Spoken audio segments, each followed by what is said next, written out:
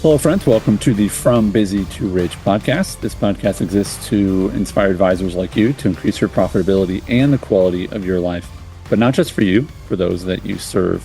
And today's topic is very actionable, a little comical, I think, because it will remind all of you listening and Wes of those meetings that you wish you never had.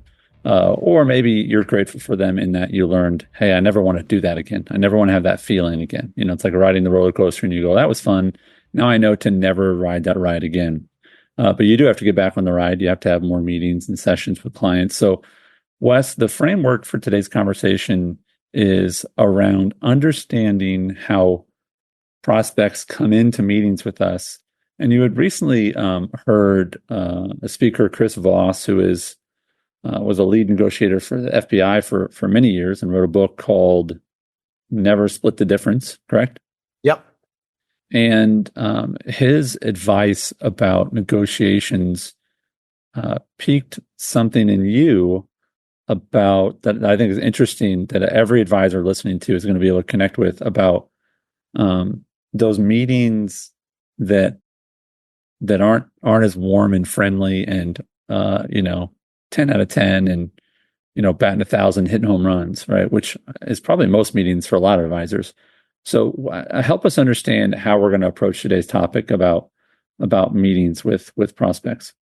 Yeah. Well, Andy, I'd say first, go get the book, Never Split the Difference, because Chris Voss does an amazing job in there. I like the audio book, but he did an amazing job at this keynote at the conference we were at because he just a cool voice. I mean, he knows the inflections to use and he just takes you on these journeys of all these crazy hostage negotiations that he has done over the course of his career. But one of the things he said, and this is what really keyed in what I want to talk about today.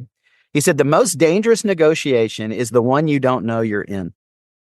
The most dangerous negotiation is the one you don't know you are in. And as I observe advisors, most of them are largely unaware of the first negotiation that they're actually in when it comes to meeting with client, particularly a new client.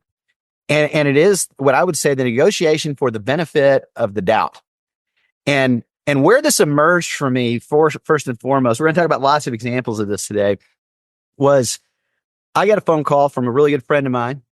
And he said, Wes, here's the situation. I got an opportunity to meet with a high net worth person, needs a lot of the stuff we do. I know just from understanding a little bit about the story.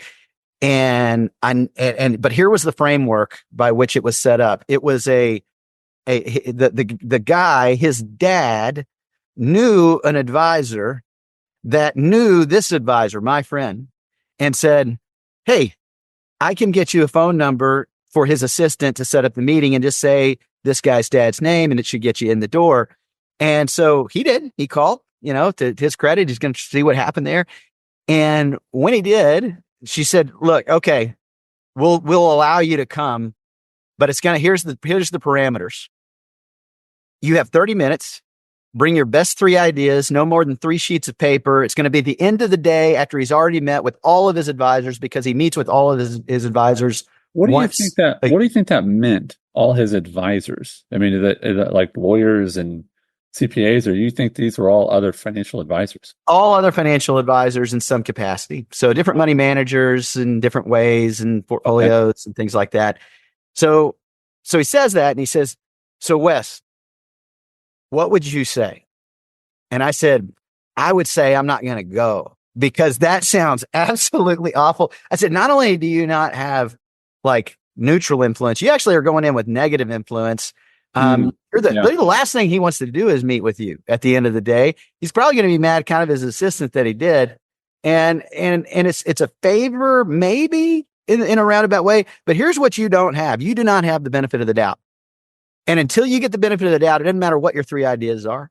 And it doesn't matter if you keep to exact terms that she has told you you're going to live out, because it will not go well. I said, so I just wouldn't go. And so he said, yeah, but okay, if I go though, what could get me there? Okay. And I want to come back to that in a second because the story takes some unique turns and it was truly a negotiation for the benefit of the doubt. And really I see this pop up over and over again But before I dive into that, here's what I want to reiterate, because I've spent entire podcasts here talking about how you can build, how what we teach in our class, how you can build a business, a process that has such a high atmosphere of influence that it makes asking for referrals or asking for the benefit of the doubt irrelevant, because you get so many people asking to meet with you that were talked to by your client. You didn't ask, but they did it, and they are lining up in order to meet with you. And when I'm not exaggerating when I tell you this, Andy, those are the people we meet with. And as we said on the past ones, if you could have an endless flow of people asking to meet with you, don't you think those would go better than having to ask people, even if they were already in your atmosphere of influence, they thought well of you, or worse, people that weren't there, that you're just trying to stop and say, hey, I think I got some cool stuff to talk to you about. Yeah. Do you have any concern though that that's so far off from people's experience, which I guess is what we're going to talk about today? Yeah. That it's like, hey, that sounds great, but I'm so on the other end of that where it's like, I just want to meet with people who are breathing. Yeah, no, absolutely. I do. And I think that's why we want to really talk about this, because there was a time when I didn't have that. We weren't there yet. We'll talk about when I was brand new. We'll talk about as when I was about halfway there. And of course, we've already talked about what things are like today, but it truly is the thing I wanted to get across as we kick off this. And I want to kind of finish jumping into this story, is that you are negotiating for the benefit of the doubt. Benefit of the doubt is simply enough trust to where they want to lean in enough to hear what you have to say. To where not, because people still may be in a room with you. You may have convinced them to be in a room with you, and they're going, oh, that's interesting. Oh, that's interesting. But you have not negotiated benefit of the doubt first. And what they're doing is maybe being polite. Maybe in this story, you'll hear like he's not very polite. And they're biding the time until you leave. And you're like, man, if I just had better ideas, like if I had said things differently about like the concept that I pitched, or I'd said things differently about this, maybe then it wouldn't have worked. It would not have mattered, because you need the benefit of the doubt going into all this. And there's different ways depending on what the setup is to do this. So Andy, I want to tell you this story. Yeah. Okay. And where it went. So backing into this, I said, I wouldn't go. And he's like, well, but if you were going to go, like, what would you say? And I said, well, basically you're not negotiating here for like everything. That's basically like someone that has taken a hostage and said, here are my demands for you to get to see the hostage. Right. She said, 30 minutes, 3 pieces of paper, 3 of your best ideas. Those are what you're going to do. You're not going to win if you go in and say, we brought you our best 3 ideas and we're going to take 30 minutes. You're never going to end up with that hostage becoming a client, if you will. So I said, here's what I would do.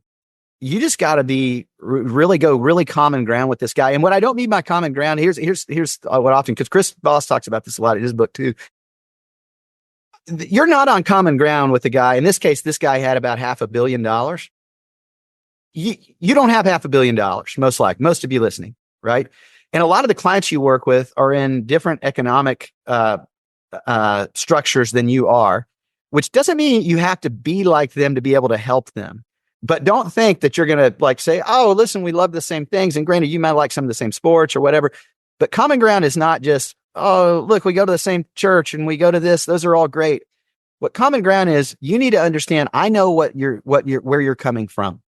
And people like you, I know, need these kind of things. Okay.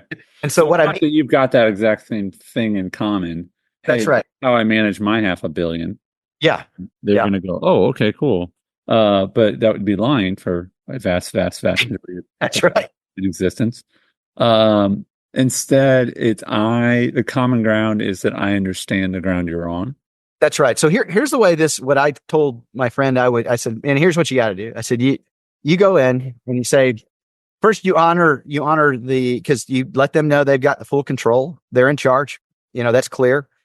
Because you don't want to, you could approach this in such a, like, here's what doesn't work in hostage negotiation is you come out or else, right? That doesn't work. Sure. So that's like blatant hostility. Right. And some advisors I've seen take that approach too, is going, so was what you're asking me is impossible. I can't do that. No, here's what you dance with it. You say, okay, like in this case, I said, hey, tell him this. And then listen, I told him what I'm about to tell you. And then he said, that's great. Do you want to come on this meeting with me? So you can say these things to him. And so I was like, I really don't want to go. He's like, well, the guy is worth about $500 million. I said, all right, let's go. We'll just have some fun. We'll see. So this is outside of my normal process, right? It's outside of the normal way we get clients, but I'd get to see my friend and at least we'd try some stuff. So here's what I said, Andy, this has actually happened in the meeting. This is what we did. And it's as bad as you would think, right? We're sitting in the lobby at 4:30 on a Friday, I think it was.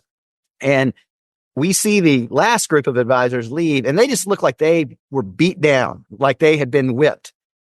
And then the assistant leans out and she says, okay, next. And there we get up off the little couch, ushers us upstairs into it was one of those glass conference rooms, Andy, that you can see the person in it from a long way off. And the conference room itself was long. It had like one of those, I swear, 30-foot table in it. It was just crazy. Power move. That's a power move. He's at the end and he's sitting there and he's got a t-shirt on, white t-shirt, khaki cargo shorts on, and flip-flops. And he's just staring a hole through us before we ever enter the conference room. Really? So, just like, so walk in. Now, I don't want you to be here and I don't want to be here. Yeah. Yeah. And I'm making it known. He had the stank face on, if you know what the stank face is. Yeah. And he had it on in full effect. And now he didn't make us sit all the way at the end. I was going to say, that's a power move. You guys get on there. Yeah. I did get to sit next to him and he shook my hand, but he still was very harsh, very, very hard is the way I'd say it.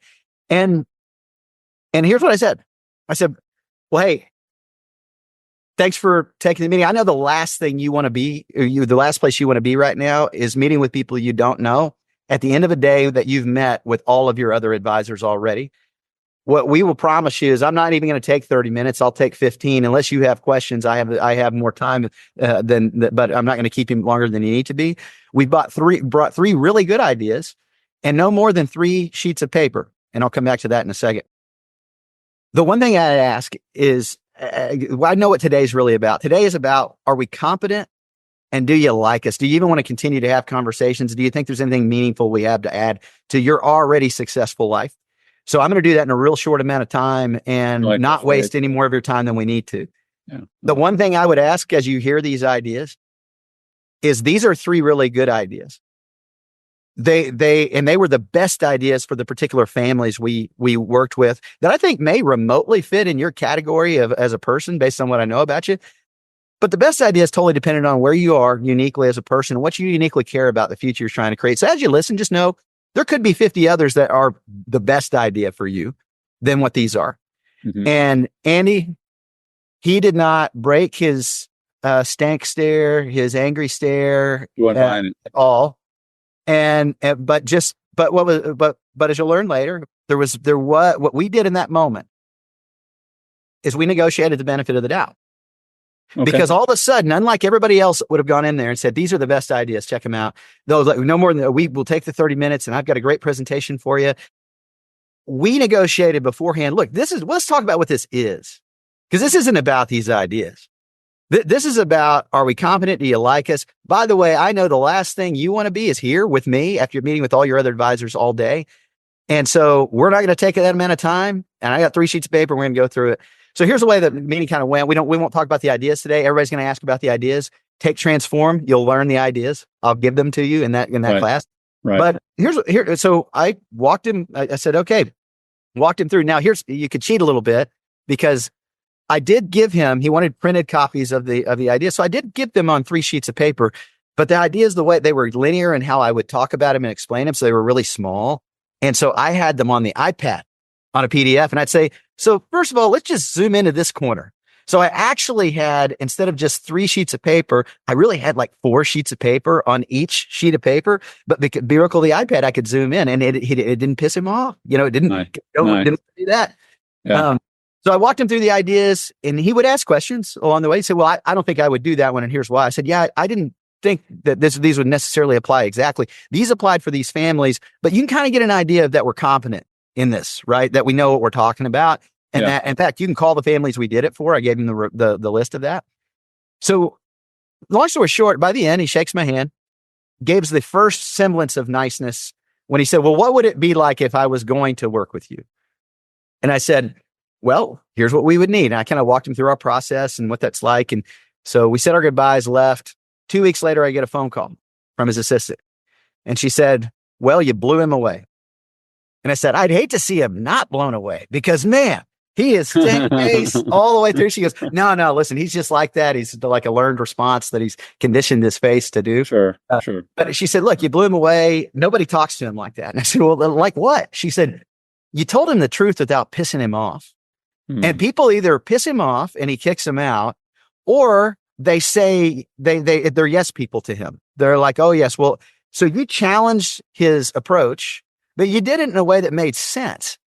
And so she said, so we'd love you to work for him. And it was great client relationship going forward. One of the largest clients we've ever had.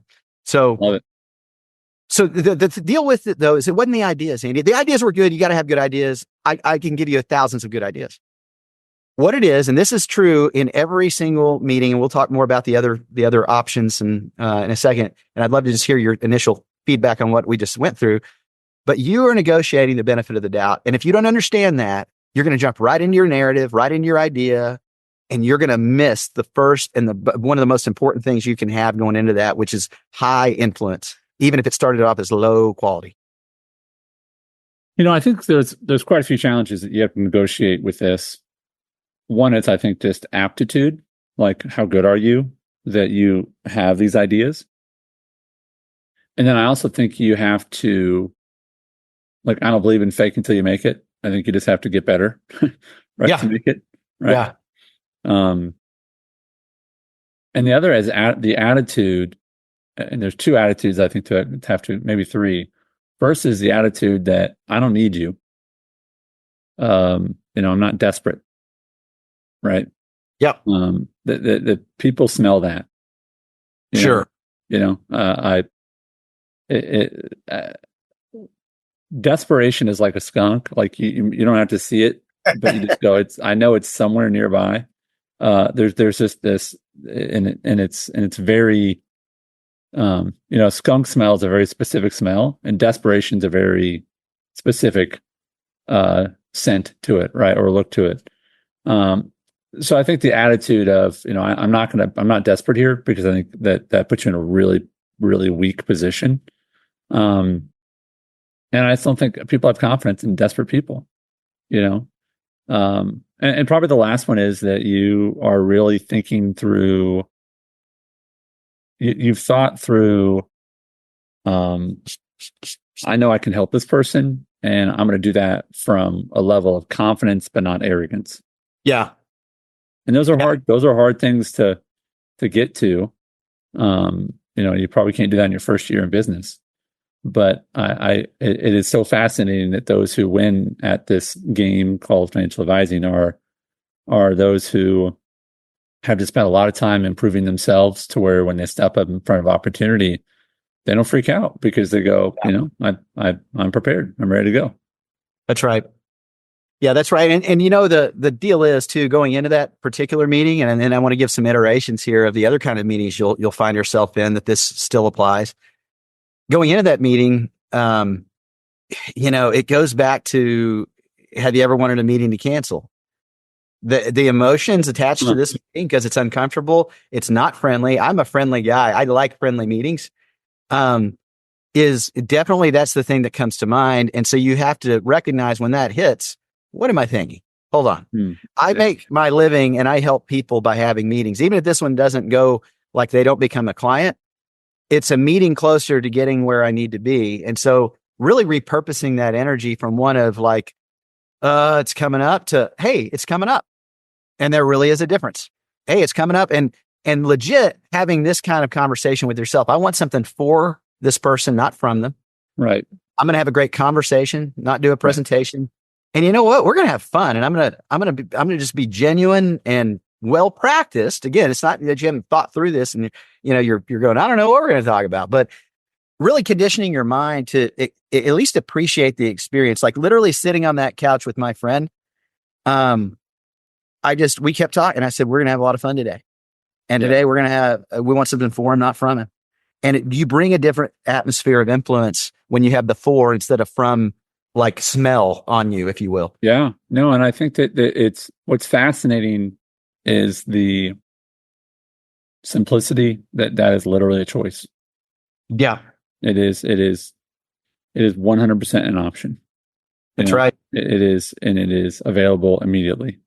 Yeah. And yet people just they don't take it. There's times in my life that I don't take it. So I don't come off preachy here, but as an advisor, you can approach every single meeting with the same attitude of, I want to find, man, I'm going to be so tenacious about finding a way to serve this person.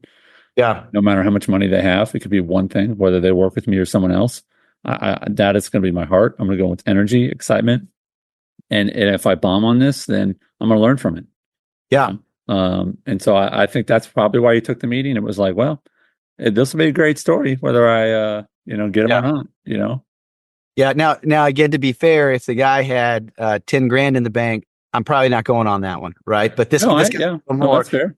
So the payoff for this meeting, even though it was uncomfortable, was really high. But it's, to borrow from, John Acuff's work, what soundtrack was playing in my head, I had to really be conscious about that. Yeah. Because if it's not helpful, if it's not true, if it's not helpful, if it's not kind, I don't want to play that soundtrack. I want to back out. And so just be mindful. Now that's one environment, and you as an advisor will probably run into that kind of environment on occasion.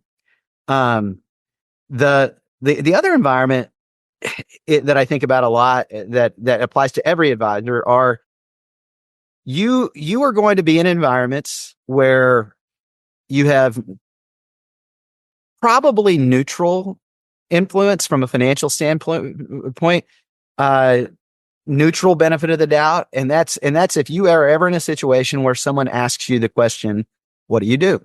Mm-hmm. And Andy, the reason we talk about this so much is because it is one of the best, easiest ways to negotiate the benefit of the doubt if you answer that question well. Mm. And if you think about this, because most people they don't realize they're in a negotiation, and they do not realize they're in a negotiation. Yeah. They're in a negotiation for the benefit of the doubt, and most people miss it. And the way that we do it, as we've said over and over again, go back and listen to past podcasts, but instead of giving a label, or instead of giving a book report, right? A label, financial advisor, money manager, instead of or a book report, we do holistic, fee-based, concentrated planning for the entities that make up the world's best entrepreneurs, and then buy-sell agreement. Instead of going down that road, that's not the conversation. You're negotiating the benefit of the doubt. So all we do is we start with a question that states the problem we solve or the opportunity we seize in the form of a question that invites discussion, because that's what a negotiation is. It's not a monologue. It's a dialogue. So when you're negotiating benefit of the doubt, somebody asks you, what do you do? Your desired outcome, if they're a qualified candidate for what you do, is for them to go, I want to check that out. Yeah. Right. I mean, that's a win. You negotiated the benefit of the doubt, and so where they're like, I may want what Wes does. So the way we do that, in my case, is we'd say, well, Andy, you know how it's easy to have a lot of your profitability disappear to the tax system? To which they go, I do know what that's like. Yeah. So, well, we help people with things like that. We own a financial planning company. We work with people that own businesses to help them identify and pursue their most profitable financial opportunities. And then I'm going to see if the negotiation's still going, because most of the time, if it's not, they're going to go, oh, okay, which is rare. If it is, if it's going, then they'll say, well, so you're like a CPA or a money manager, or like, how do you do that? So we start by asking a whole lot of questions, just trying to find out where a person's at from a financial standpoint and the future that they care about, the story that they want to move towards most. Once we know that, we can have great dialogue around the areas of planning we specialize in that may be most useful to what it is they're trying to accomplish, and go from there. Then that's where, in this case, depending on the person, you may throw in an example. Because remember, what you're doing here is you're negotiating the benefit of the doubt. Some people at that point, though, will say, I'd like to learn about that. I mean, this happens all the time to us. Or, so are you taking on clients? We've had that happen. If it's still kind of like neutral and the environment needs to be appropriate, then I'll say, like, let me give you an example. We had a new client, and then you guys have heard me do this over and over again, but that didn't know that they were using their home for business meetings they would have board meetings there. They would have day-long events there, and they didn't know that their business could rent their home from them for the fair market value for the day of an equivalent facility. Their business got a tax deduction for it, and because of 280A of the tax code, they didn't pick it up as income. And so in that one business's case, it saved them $7,000 that was unnecessarily going away to the tax system. And there's hundreds of those out there. So things like that. And then that's where, now what I've done there is all I've done is get the benefit of the doubt of that. Wes may be a positive possibility for me. I'm good. I'm healthy because anyway, we talk about this all the time, but the kind of clients we want to work with, everybody listening, they're doing good without you. Yeah. And they're doing good without me. And they probably have someone in your seat already. Yeah. Right? Or at least that they think sits in your seat. Right. Sure. Especially if you get the label. Yep. They're like, oh, well, you don't have the benefit of the doubt because I already got one of you and I don't need two. Yep. So I didn't start with a label. I never gave that. Right. So here's where then you would just say, hey, I tell you what, if you want, why don't we connect on a Zoom and we can talk about it more. And then you set up your first meeting. So that's another way that if you're new in this business or you've been in the business a long time, mastering that conversation, that negotiation is really important, because what it does is it has you coming into that first meeting with massive improvement on your benefit of the doubt, where they are like, I want to lean in to hear what he has to say more of. I'm not just doing this as a favor. I'm not tolerating it. And then in fact, I want to jump into here in a second. I want to hear what you think about this, Andy, but in a second, I want to dive into next. When I was new, if I was to know now or know then what I know now, how would I have negotiated the benefit of the doubt differently? Because no one was my client yet. And I knew people that I could call and ask for meetings, but there was little things I could have done differently that would have made a big difference. Well, I think one of the challenges that people face is that I hope this doesn't come off too judgmental, but they just don't take this seriously enough. That they don't take the nuances of these things. It's fascinating to me when you hear about really good athletes, how detailed they get. I'm a big Peyton Manning fan, grew up in Indianapolis and got to watch him lose to the Patriots for years. But just a really smart guy, super, super smart. And the amount of study that goes into being really good at what you do. And I think it's a dedication to saying, I'm going to assume that everyone I meet has doubts, and I'm going to become so good at negotiating those doubts. I think that's the challenge that we're talking about. Like, we're talking about working on your business, working on your, what are you doing? And sort of working on the ideas that Yeah. Those are all things that you've got to be working on, and not just picking up the phone and calling. Because, if I coach a lot of different sports, and it's like, telling someone to swing harder is not a good idea if they just have a bad swing. One of my favorite tips to tell kids is swing slower, just swing at half speed. And when they don't, when they slow things down and they're more intent, have more intention, they do better. Right. Yeah. And so I think it's, instead of chasing different marketing trends, it's, how can you chase a better version of yourself? Right. Yeah. And when you do that, when you meet someone, you exude a lot of confidence because you have a lot of confidence. And so I think that understanding the game you're in, and that the doubt is not, should I buy or not? The doubt is, should I even be in this room for the next 10 minutes? Right. Understanding that. And then I think just being able to get better at it all the time. I just know that those who, some famous stories about Johnny Manziel, who came out of college, was a phenomenal quarterback in college, but ran almost all of his success was on his natural abilities. And then he just stopped trying, stopped studying, and he dropped out of the NFL very quickly because it was a different kind of game. You had to be studying. And so that's not a very sexy or exciting answer, but if you want to be able to negotiate the doubts, you have to get better. Yeah. Right? And I think that takes intentionality. It's investing in trainings. Those are the things that are going to really separate you from the long term, which is other people who are just trying more of the bad stuff harder. Yeah.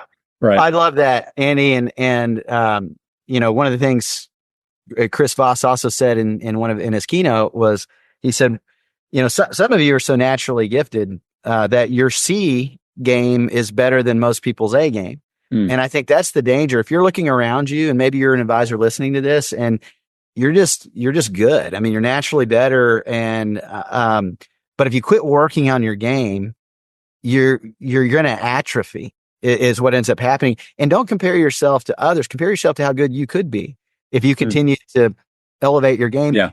yourself in environments where people that are around you are better than you. And they bring you up, or at least they're better in some areas than you. I mean, I'm constantly putting myself in environments with people that are just excellent in this business, and it challenges the way I think about things. So I love that, because I agree. It's like, hey, just call more people. Well, if you call more people with the same crappy conversation that you're not able to negotiate the benefit of the doubt, even if you get the meeting, you trick them into the meeting. Yeah. It's still not going to go well. And yeah, the reason you have to have so many meetings to get down to the ones that move through is not because that's the actual stats. The stats change when you get better at negotiating the benefit of the doubt and practicing your craft. Yeah, absolutely. Well, I hope this has been helpful for you listening. And I think that if there's one thing you could do better, it's assume that there are doubts. Assume that just because you have them in the room doesn't mean really anything. I mean, just assume that you constantly have to earn trust and show your capability. And that when you have that posture, not of desperation, of course, but of hey, it's my job to show these people that I'm worth their time. That's your job to navigate that. That's when you're going to win, and you're going to win more often. And I think if you carry that attitude going forward as an advisor, every meeting you're in, it's going to improve. Wes, I'll give you the last word. Yeah, and this is a super important topic, because it is the negotiation most people don't know that they're in. And the more aware you are of that, the more you're going to tweak and work on these things. They're going to position you in language to be able to negotiate the benefit of the doubt. Whether you're a brand new advisor and you have almost no clients, you have no influence, financial influence yet, but you know people that will probably take your meeting. There's a way you can set that up just by using even that "what do you do" kind of discussion, where you can negotiate the benefit of the doubt early on. You can and not worry about that. You can, in your first meeting, set further and deepen the benefit of the doubt. And in fact, next week, that's what I want to talk about, Andy, is how do we, if you're a brand new advisor, how do you call people to set up that first meeting and give yourself the highest odds of having the benefit of the doubt? And then second, when you're in that meeting, whether you're a long tenured advisor or whether you're brand new, what are the things you can say to increase your odds of having the highest benefit of the doubt, of actually having them lean in rather than just tolerate the meeting politely or sometimes unpolite? Right. Awesome, Wes. Thanks for your time. Look forward to that. Thanks. Thanks.